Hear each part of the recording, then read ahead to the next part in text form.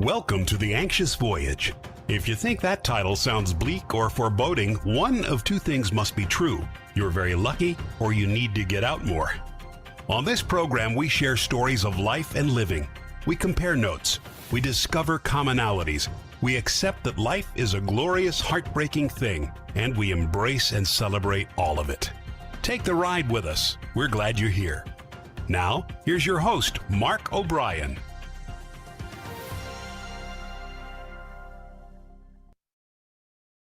Hello and welcome. For those of you not familiar, this show airs every Monday at 1 a.m. and 1 p.m. Eastern, with live call-in video shows every first and third Mondays at 1 Eastern.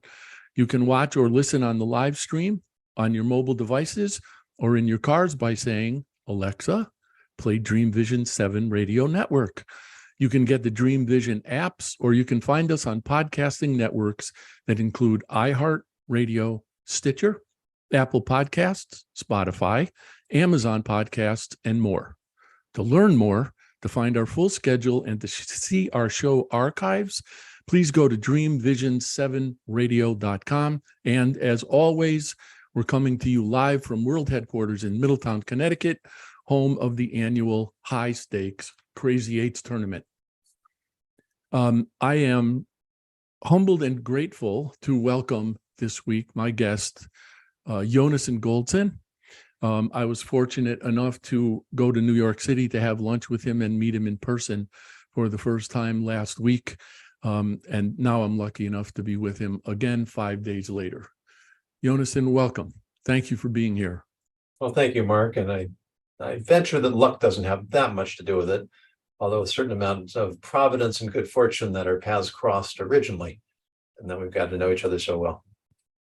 Thank you, and amen to every word. I am, let's say, strongly encouraged not to discuss politics on this show. But I am very reluctant to ignore the elephant in the room. And so, since you shared with me that you have a son in the reserves of the Israeli army who was called up to the northern border, I will ask you how he is and whether you have heard from him. Well, thank you for asking. Yes, I have heard from him occasionally.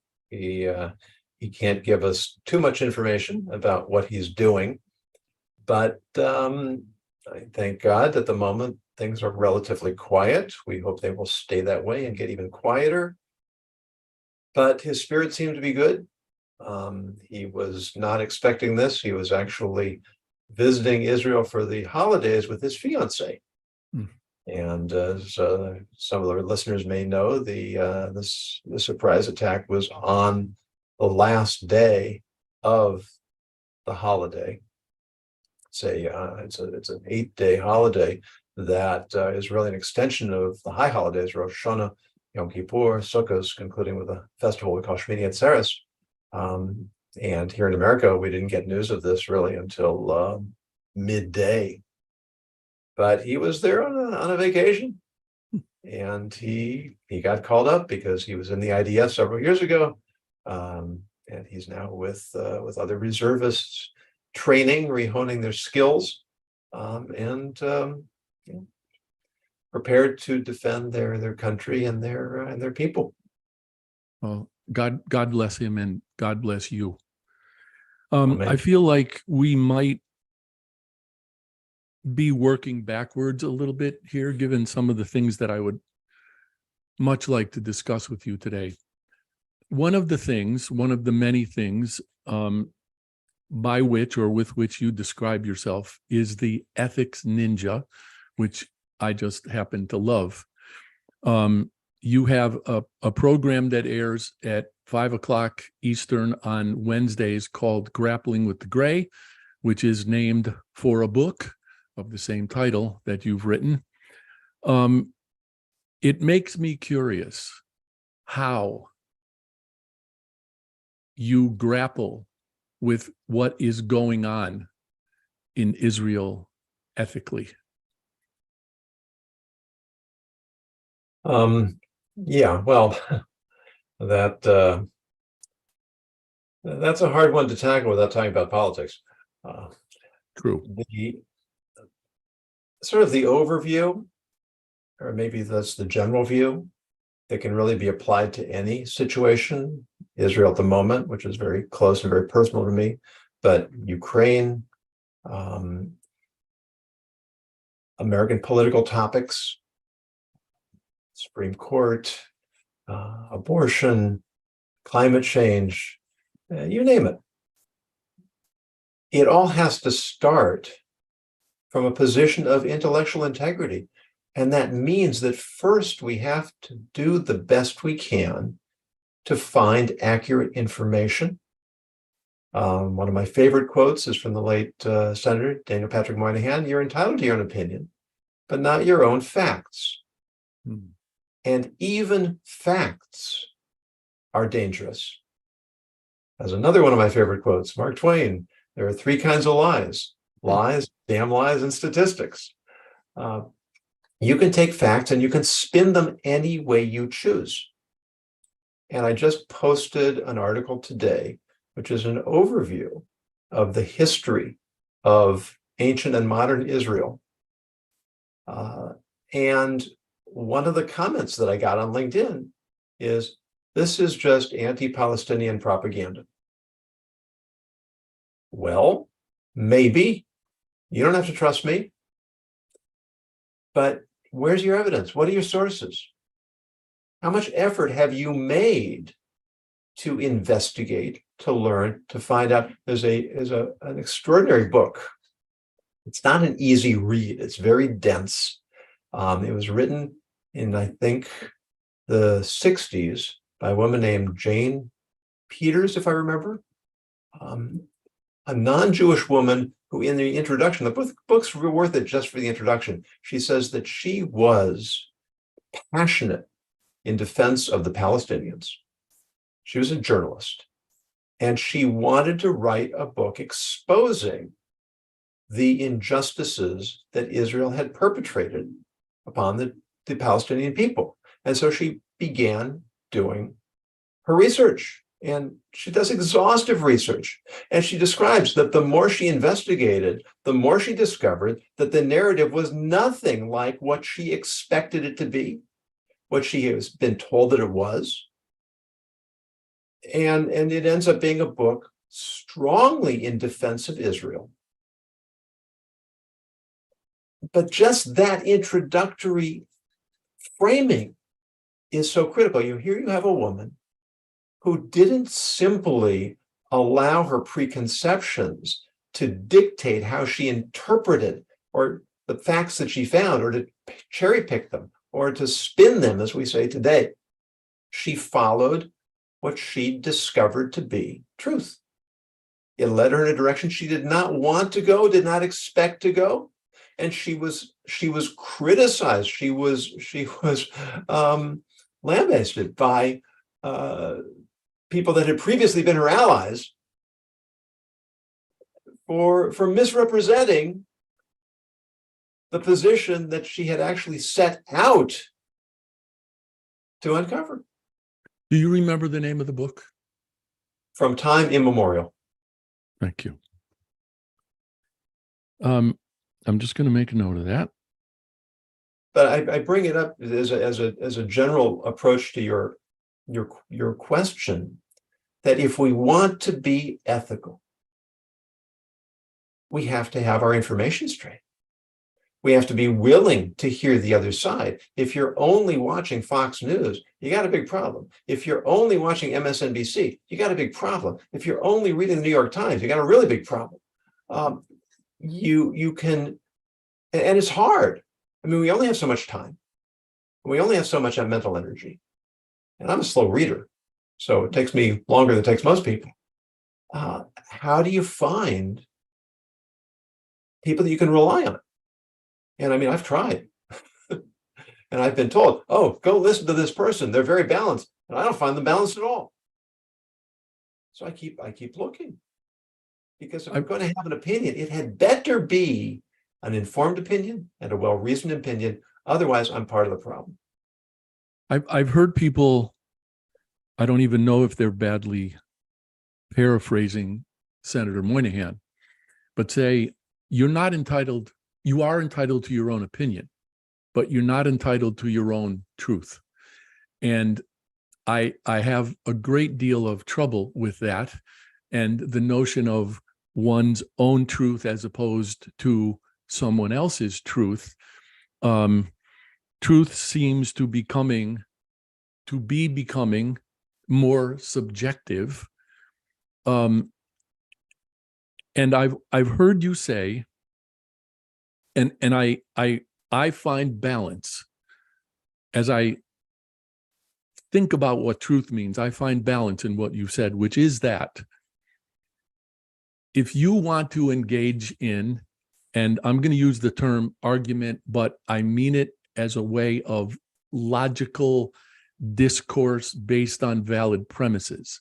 If you want to meaningfully engage in argument, call it conversation with another human being, you need to understand that other human being's point of view so well that you could articulate it and defend it if you needed to. And it seems to me that takes some subjectivity out of however one might define truth, and brings the participants in that discussion closer to a middle where they may agree, or at least have better chances of agreeing. Absolutely. I mean, I talk about this in my TED Talk, which is all about the danger of labels and preconceptions.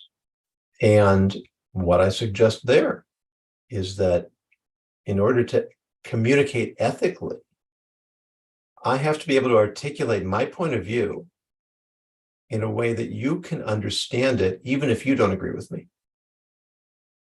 And I have to be able to listen and then re-articulate your point of view in a way that demonstrates to you that I've heard you and I've made an effort to understand you. And if I can't do both those things, then we don't have a prayer of ever having any kind of meeting of minds or any kind of mutual respect or finding any kind of common ground. 2 weeks ago, I had a gentleman on the program who was convicted of a sexual assault. He went away for 2 years and got 10 years of probation subsequent to his release. And during the show, I said to him, I find myself a little bit conflicted because, and I've actually written something that will likely publish next week about this. On one hand, I firmly believe that Frankenstein should be required reading because its lesson for me is we have to live with the monsters we create. On the other hand, I don't want to be an absolutist such that it precludes me from seeing another's perspective and judging. And I wonder if a predilection or a predisposition toward judging makes us in some way monstrous. That's an interesting way of articulating the idea. I have for many, many, many years now been irked by this matter of judgmentalism or non-judgmentalism. And it's like so many of these buzzwords, it could be a useful term if it weren't conscripted to be used in many ways that I think it shouldn't be. But there is a treatise by the Jewish sages going back at least 2,000 years called Ethics of Fathers. And the first teaching, the very first teaching, is to be deliberate in judgment. They don't say don't judge, because where would we be without judgments, without evaluations, without assessments, without rational thinking? We have to judge, but be deliberate. Don't rush to judgment. Don't judge superficially. Don't judge without adequate information. And when you look at the debates of the Jewish sages, again, going back a couple of thousand years, there were two great academies of Jewish learning, the House of Hillel, the House of Shammai. And history says that when they debated in those study hall, they argued with such passion, it was as if they fought with swords and spears. But it was never personal. It never carried over to their personal lives. It never carried over outside the study hall. And the majority won, because that's how our system works. The House of Hillel recorded their rulings, but they always recorded the minority ruling along with theirs, and they always recorded the minority ruling first. Because only, as you say, only when you understand the other side of an issue do you truly understand your own. This may be something like a swan dive into the gray. But I'm thinking about notions of truth, and I'm thinking about judging deliberately, and that judging, however deliberately, leads me to think about the necessity of notions of right and wrong. And if that seems inextricably tied to truth to me, or at least one subjective truth, and to your conversations about ethics and where notions of right and wrong fit, I suspect there may have been a time at which we would have been more objectively sure about things that are right and are wrong. And I am nowhere near that certain anymore. Well, I think for most of human history, there was an assumption or a presumption that universal truth or universal values were handed down from a higher authority. And that's no guarantee that people are going to behave well, but at least it provides a solid starting point. Now, you mentioned this concept of relative truth, and it always sets bells ringing in my head, because this is nothing new. This was a phrase that was going around when I was in college, which was quite a few years ago. And it always bothered me then. Now, the truth is hard to get to. You can't see every side of a diamond at once. You can't see every side of any three-dimensional object at once. So which is the true perspective? If you're distilling, I always think about automobile ads. Most of them show you the car from the same angle. The front, the side, slightly raised. Why? Because that's how you can provide the best possible representation of a three-dimensional car in 2 dimensions. But you're not seeing the whole car. You're not seeing the engine, you're not seeing the chassis, you're not seeing the interior. And then those are also part of the car. So which is the true car? It's only when you have all the different angles available to you and you can consolidate them into some kind of a cohesive image. Now you have a true representation of something. But we can't do that at once. We can't hold multiple ideas in our heads at one time. So going back to the idea of statistics or data, you have information, but then you have to provide context for that. And once you start providing context, then it starts getting into values and starts getting into personal biases, whether conscious or unconscious. How do you look at the whole picture at one time? You can't. And so you look at it from different time angles and different moments, and you try to develop some sort of composite, and you try to eliminate your own personal biases, which isn't possible completely. So we get as close as we can, but part of recognizing truth is recognizing our incapacity to get all the way there. And managing that, and that's the whole, when we talk about diversity should not be about representation and checking boxes. It should be about intellectual diversity, having a community of people coming from different points of view, different perspectives, who together create the greatest possible opportunity to see the whole picture.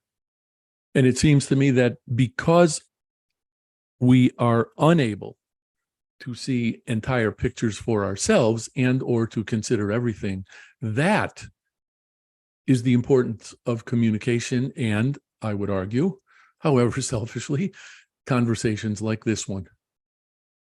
And especially with people that we don't agree with particularly. You know, that should raise some flags for us right now, because you and I think a lot alike on a lot of issues. It would be good to have someone in the room who thinks quite differently. And I will, just ahead of our first commercial break, tell you that there is a gentleman I think we both know. I will not name him here. He and I think vastly differently on any number of topics, politics included.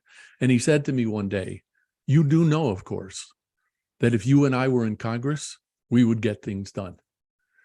And he said that because he was recognizing our respect for each other and our willingness to listen to the other and to contemplate what the other is saying.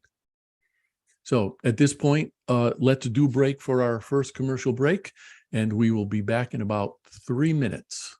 See you then. Everybody has a story. Everyone's story deserves to be told, and the only bad stories are the ones we don't share. That's why Mark O'Brien created The Anxious Voyage. It's Mark's conviction that every story deserves to be shared, and his purpose is to give people in all walks of life from any circumstances a chance to tell their stories.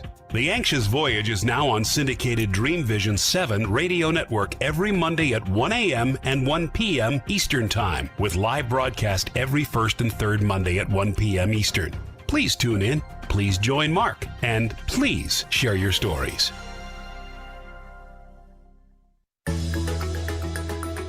Ever wonder what it's like to have your own radio show? Well, wonder no longer, because you can dip into the radio airwaves by being host for the day on syndicated Dream Vision 7 radio network. It's a fabulous way to get your radio feet wet. It's an opportunity to market your business, modality, or book. Have a guest, mention a sponsor, and take callers. Or you may want to facilitate a lesson by going solo. It's up to you. Listeners can be online, mobile, in cars with Bluetooth, or listen through Amazon's Echo by asking, "Alexa, play Dream Vision 7 Radio Network." For more details, go to dreamvision7radio.com and click on Host for the Day.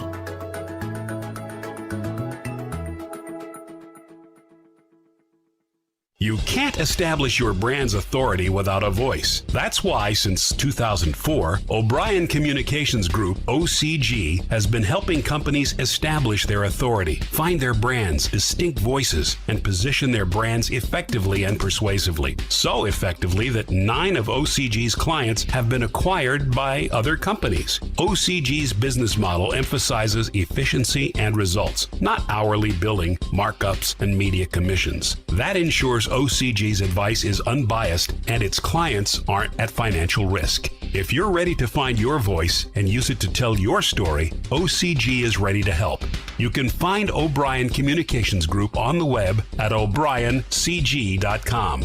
That's OBRIENCG.com, or call 860-944-9022. Calling all authors. Have you been considering an audiobook? Well, look no further. Come take advantage of Dream Vision 7 Radio Network's unique in-house audiobook production, which includes benefits and bonuses from our radio station. Let our knowledgeable staff guide you to create the audiobook you've always dreamed of without breaking the bank. Check out our full one-stop service from A to Z, including the ACX process. Schedule a free consultation by calling 508-226-1723. That's 508-226-1723. Or go to dreamvision7radio.com. This is Dream Vision 7 Radio Network, uniting mankind with universal love. Our shows are created from the heart, bringing each listener to a place of divine enlightenment. Breathe, relax, and enjoy. Let life flow.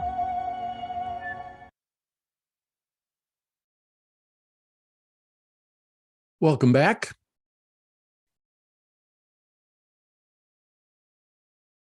There he is. Welcome. Thank you.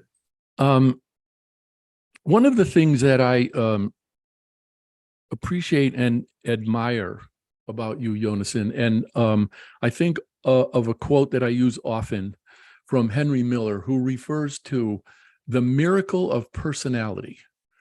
And I marvel at yours. And you mentioned earlier your TED Talk.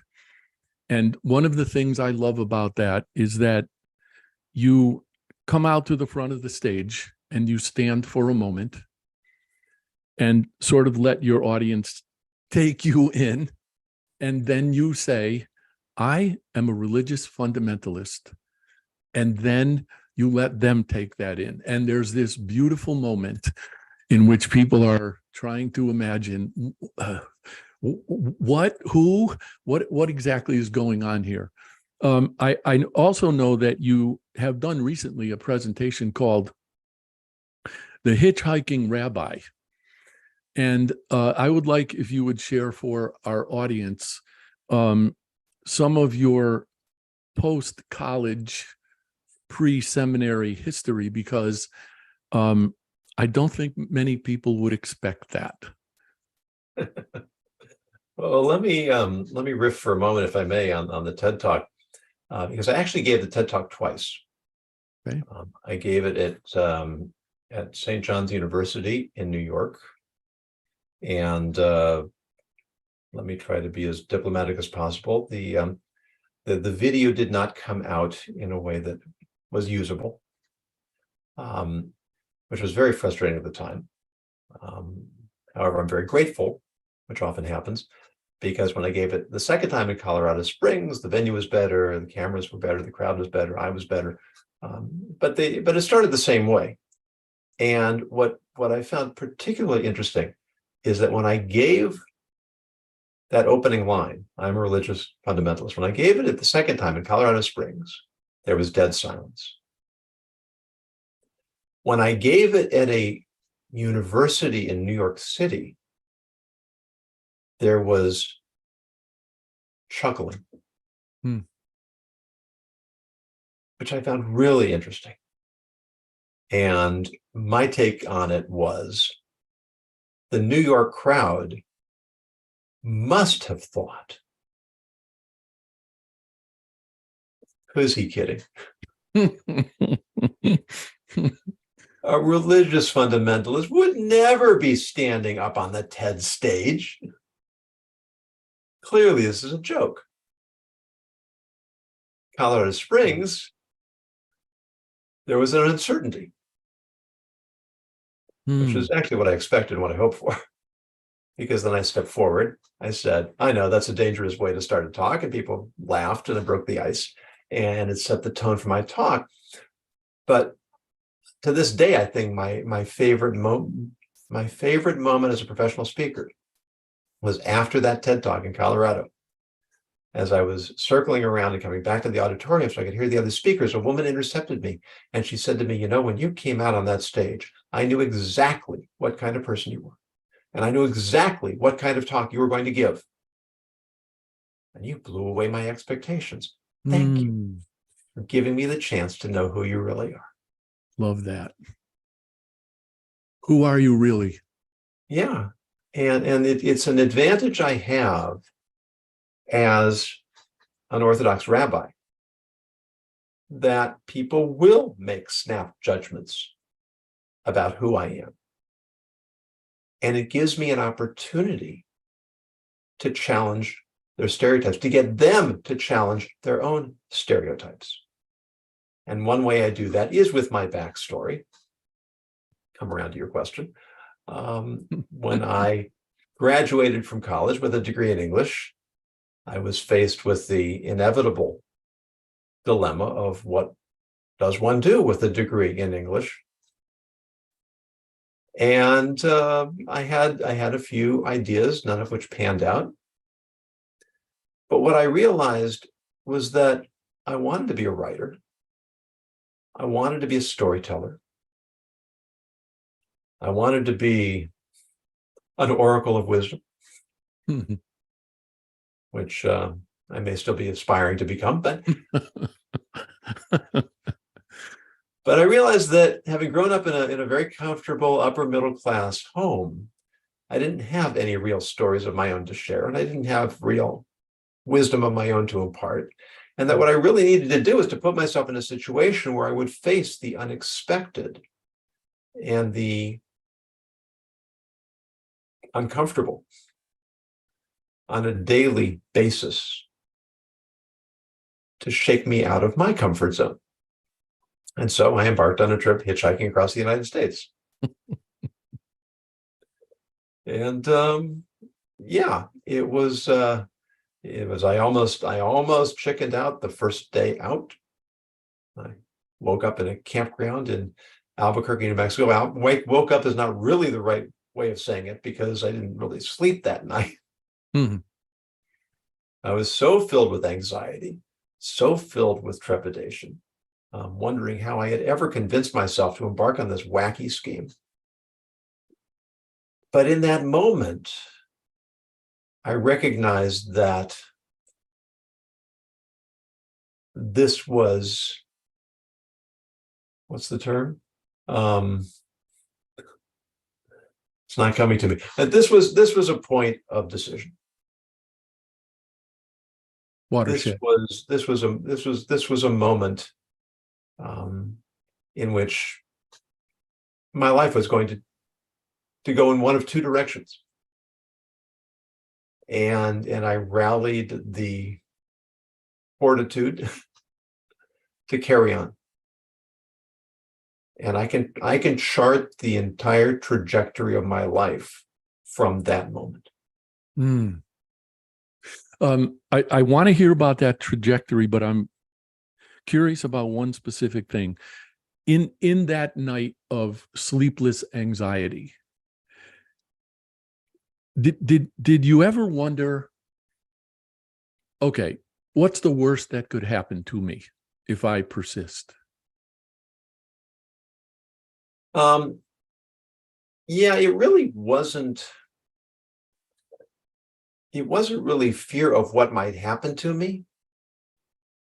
It was just fear. Oh yeah. They say that all fear stems from fear of the unknown. Mm-hmm. And I was taking a wild leap into the unknown. And I really didn't, I can't say I was afraid of anything. I do tell the story that there were two elements involved in my decision to continue. And one is what I said that I recognize as a pivotal moment, is the word I was looking for earlier. And the other was that I had told everyone I knew what I was going to be doing. And when I contemplated slinking back with my tail between my legs and confessing that I chickened out after one day, there was nothing that could happen on the road that could be worse than that. I think people underestimate the power of vanity. Well, yeah. Fear it's one of the terms I use in my keynotes on ethics, is fight fear with fear. Because when our minds go wild thinking about all the things that might happen if we do what we are thinking of doing, we can employ our imagination just as effectively to start imagining all the things that could be wrong if we take a different course.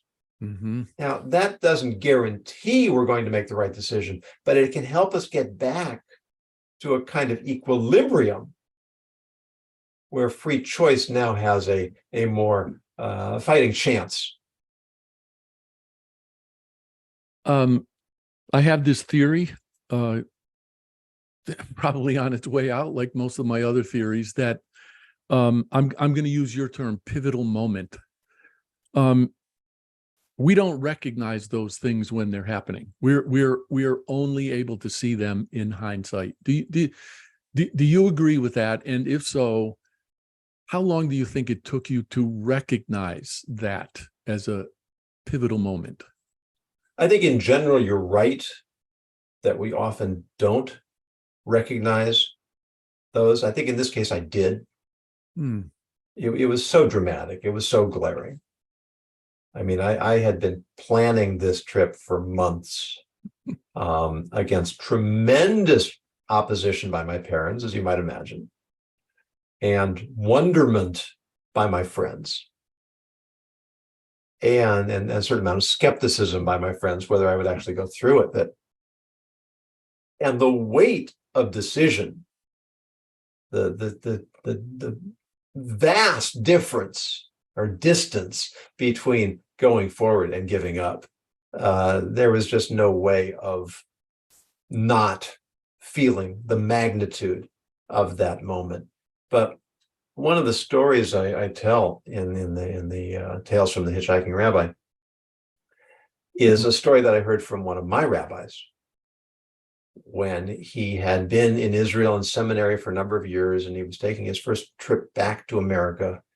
And he got on the plane, and some of your listeners will remember a time when you got on a transatlantic flight, there was one movie projected on one screen that everyone in the section watched together through a pair of cheap plastic headphones. Mm-hmm. Well, Rabbi Mendel, as we called him, he hadn't seen a movie in a long time, and he wondered, I wonder what are movies like now? Have they changed much? So he started watching the movie. He told us that the first thing that occurred to him is you could always tell when something important is about to happen. How? Background music. Mm-hmm. The music starts to swell, and at any moment the story is about to take a dramatic turn. He said, wouldn't it be great if life had background music? Wow. We'd always know when we have to start paying attention and when our choices are really going to make a difference. Of course, life doesn't have background music. So what do we have to do? We have to live every moment as if this might be a critical moment. Everything. There's a movie they made a while back. I don't remember it terribly well. Sliding Doors, maybe. It was about a woman who was running to catch a subway car, and she just misses it. And then it backs up and she just catches it. And then it shows how her life unfolds. And it was very cleverly done, in part because they led you to believe that one course was leading her to success and one course was leading her to failure. And then at the very last moments, it flipped. Oh. But it's that type of reflection, because we don't know. And even as our lives go forward, we have a charming human proclivity for thinking that we would have been better off had we made different choices. Oh, yeah. Which, of course, we have no way of knowing. All we can do is evaluate where we are.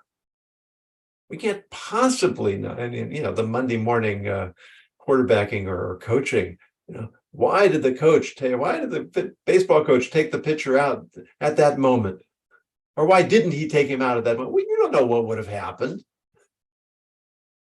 And one of the things I always wonder about in situations like that, first I want to point out that even the background music is retrospective. It's like figuring out what our pivotal moments have been. But I don't know, to elaborate on your point, I don't know that we rarely take the time and thought to appreciate where we are and how we got here, and actually how almost logical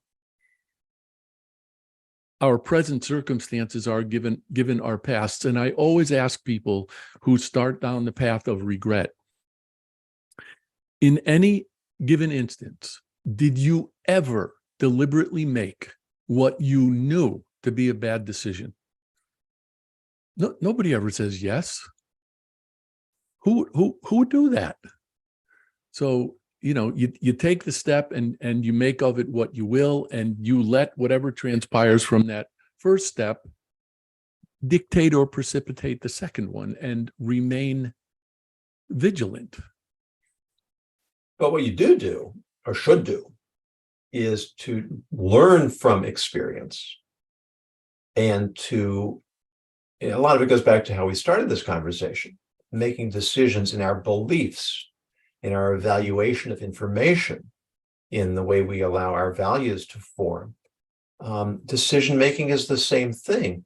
Yeah, we're supposed to make mistakes. That's just part of being human. And, the classic helicopter parent, or what are they calling it now? Snowplow parents. Let's hover over our kids. Let's remove every obstacle. Let's make sure they're okay and they never get hurt. They never skin their knees. Their egos never get bruised. They never experience failure, which means they're never going to experience success. And then they grow up into adults and they're ill prepared for life. Yeah, because we've crippled them. But to sit, the strength it takes a parent to stand back and watch your child struggle, and watch your child suffer. People ask the famous theological question that goes all the way back to Moses: why do bad things happen to good people? Mm-hmm. Well, imagine watching a parent standing off to the side, watching a child struggle and suffer, and thinking, what is wrong with this parent? How can this parent stand by watching this child go through this? Because if the parent is wise, the parent knows what the child needs, what the child can handle. And we are children of God. He wants us to grow up and to be mature, and to learn how to make better decisions. And that's why we individually and collectively have to go through difficulties.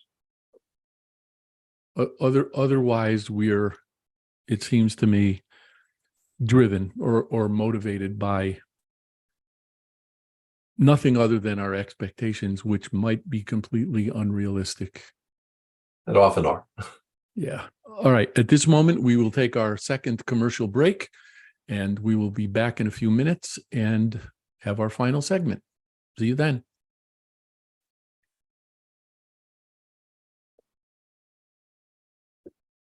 Are you ready for the quantum age? Humanity's next step in evolution? Dream Vision 7 Radio Network invites you to the extraordinary platform of evolutionary voices for the quantum age. Let's explore. Learn more about this upcoming age, where we bridge science with spirituality. Where potentiality meets reality. Where we take compassion into action.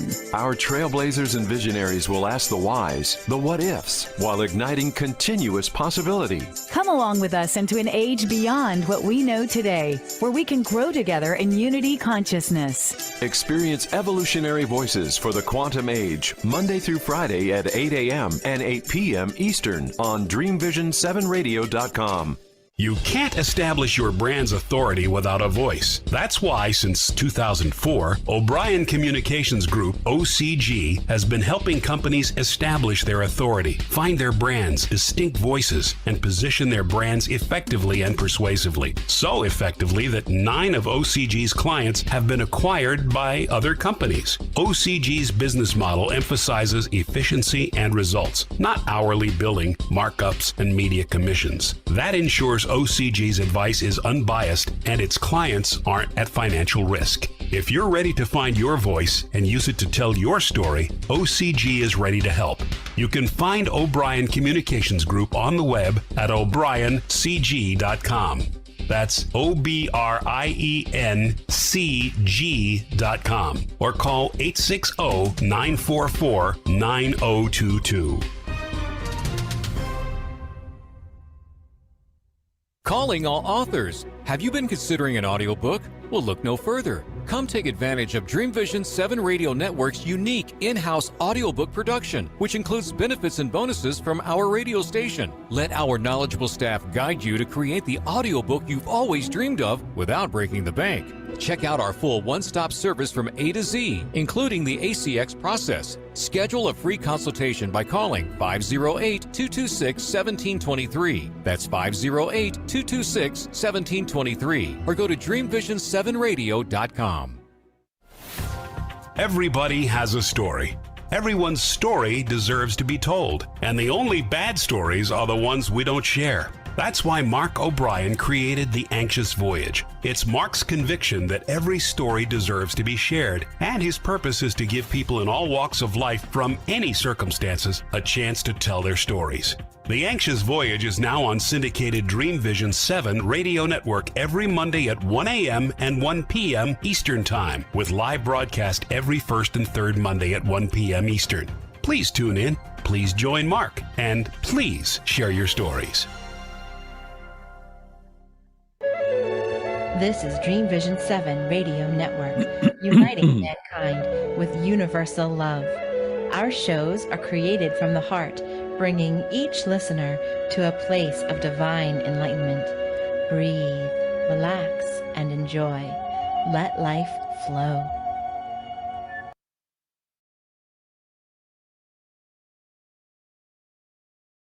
Welcome back. I was thinking during the break just now, Yonason,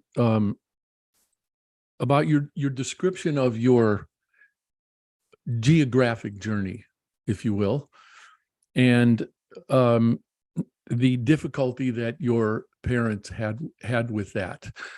I think I recall having the sense from some earlier conversation, I suppose, that your parents or maybe just your father was not a particularly religious man. Do I have that right? Put it mildly. My parents grew up with virtually no religion at all. That made me wonder then how, especially given your parents' difficulty with understanding your geographic journey, how did they respond to your spiritual one? Even worse. Mothers will always be mothers for the most part. They'll forgive almost anything. My father and I were extraordinarily different people. He grew up during the Depression. His father maintained a business through the Depression, but he maintained it by a work ethic that I have trouble imagining. He was gone when my father woke up in the morning. My father would have been 7 years old at the time of the Great Depression, when it started. And his father was gone in the mornings when my father woke up. He came home at supper time. They had supper together. My father went to bed. And that was 7 days a week. For years, he saw his father at supper time. Which, under the circumstances, there wasn't much option. They were doing better than most people. My father, could talk a lot about my father. Yeah. He used to cut classes in high school to go to the racetrack. My father's extremely bright, but as many bright people do, he coasted through much of his high school career, graduated with no honors to speak of. His only option was to go to Santa Monica City College, which he thought he remembered was $5 a semester. Wow. And at that point, he realized that he better do something with himself. So he worked hard. And after a year, he transferred to MIT. Wow. Which was he couldn't remember whether it was $100 or $200 a semester. His father said, "You can go, but I don't know how we're going to pay for it." Wow. And then he enlisted in World War II. Never saw action, but came back, finished college on the GI Bill, became a businessman, reasonably successful. But his whole philosophy of life was responsibility. You do what needs to be done. You do what you're supposed to do. You take care of your family. You contribute to society. That's what life is. And that phrase that came about, the greatest generation, that's what I think drove them, was a sense of duty, a sense of responsibility. Ours is not to question why. Ours is but to do and die. This is the culture. It's how we got through the Depression. It's how we won World War II. It's how we built up this country.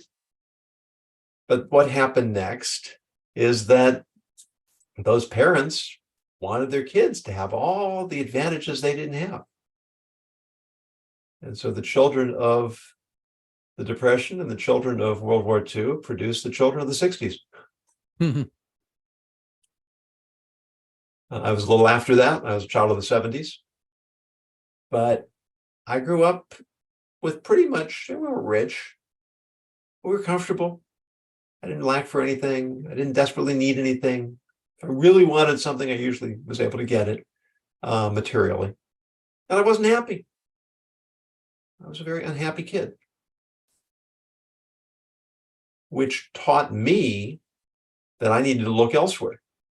And I'm creative, and I always felt that there was a mission to my life beyond just getting by. And so, I wrote stories, I wrote poetry, I studied literature, and my father never understood me. I got a job volunteering to be a peer counselor. Why are you volunteering? I had no direction. And then I had this crazy idea of going hitchhiking. And when that was done, I went backpacking across Europe, and I ended up in Israel. And then to his mind, I ended up in a cult. Wow.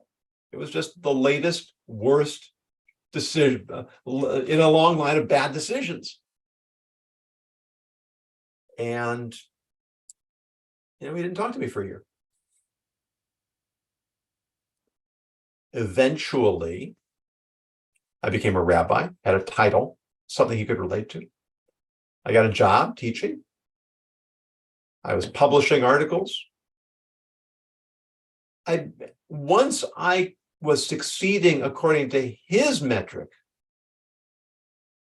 then he was able to have respect for me, and we were able to develop a closer relationship.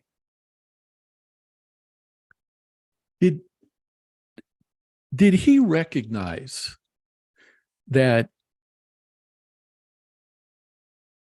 I don't even know how to ask this, that in coming around to the place that you did, which was one that he found satisfactory, that you had at least arguably arrived at the same point in terms of title, job, contribution to society, esteem, etc. Do you think he got that? I think to a degree he did, and I think part of it was that he was able to see the kids of his peers and what a mess so many of them were. Kids with really no direction, with no sense of responsibility. I mean, really, really dysfunctional. And I still remember him. I still remember him saying to me one time, he said, it could be you're doing the right thing after all. Thought, wow. Footsteps of the Messiah. You can hear them outside the door. Yeah, that reminds me of, and I'm sure you know this one, another Mark Twain quote. It was something like, when I was 14, my old man was so stupid I could hardly stand to have him around. But by the time I got to be 21, I couldn't believe how much he had learned so fast. Yeah, it was actually one of my father's favorite lines. Very interesting. Which I never understood until I got much older. Yeah. I'm just going to mention this for whatever it's worth, but there's a now deceased writer named Harry Crews, and in a collection called Classic Crews, which I can only sort of marginally recommend because some of the stories in there are positively brutal. But there's a beautiful essay in there called Fathers, Sons, Blood. And at one point I gave it to my father. I've given it to both of my sons. It's just a remarkable thing. I can't believe I don't know this. Last question before I ask you how people can find you. Do you have any siblings? I'm an only child. Okay, well, that must have been additional pressure as well. Well, yeah. And, in the end, it was, I think, a good thing. Well, we don't control these things, but I think that if my father had other children to turn to, he would have been less interested in trying to make it work. Yeah. My parents were both born and raised in Los Angeles. They ended up moving to the Palm Springs area, and then my wife and I live here in St. Louis, and we nagged them for years to move out where they could enjoy their grandchildren, and finally convinced them to. And it was nice. It was nice for the grandkids to have their grandparents, and it was also a blessing because when my father slipped into dementia and Alzheimer's, we were here to help him help my mother. My mother just turned 95, so wow, God bless her. Yeah.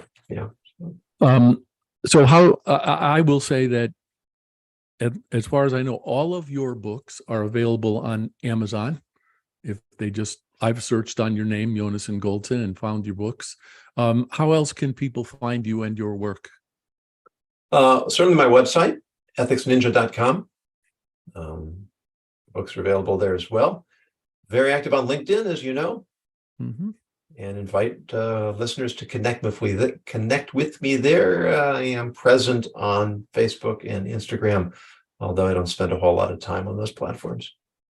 And I will second, for listeners' sake, I will second Yonason's notion that you should indeed connect with him. Yonason, thank you very, very much. I sincerely hope we can do this again. I would love to, Mark. Thanks so much. Okay. And to all my listeners, thank you for being here. We will see you 2 weeks from today. Until then, take care.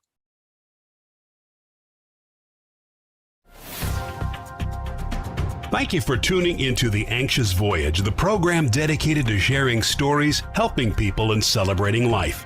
You can see and listen to The Anxious Voyage on syndicated Dream Vision 7 radio network every Monday at 1 a.m. and 1 p.m. Eastern Time, with live broadcast every first and third Monday at 1 p.m. Eastern.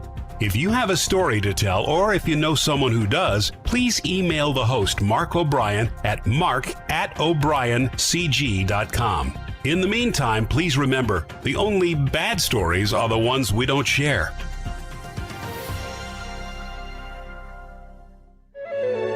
This is Dream Vision 7 Radio Network, uniting mankind with universal love.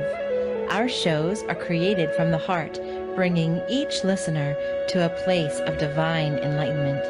Breathe, relax, and enjoy.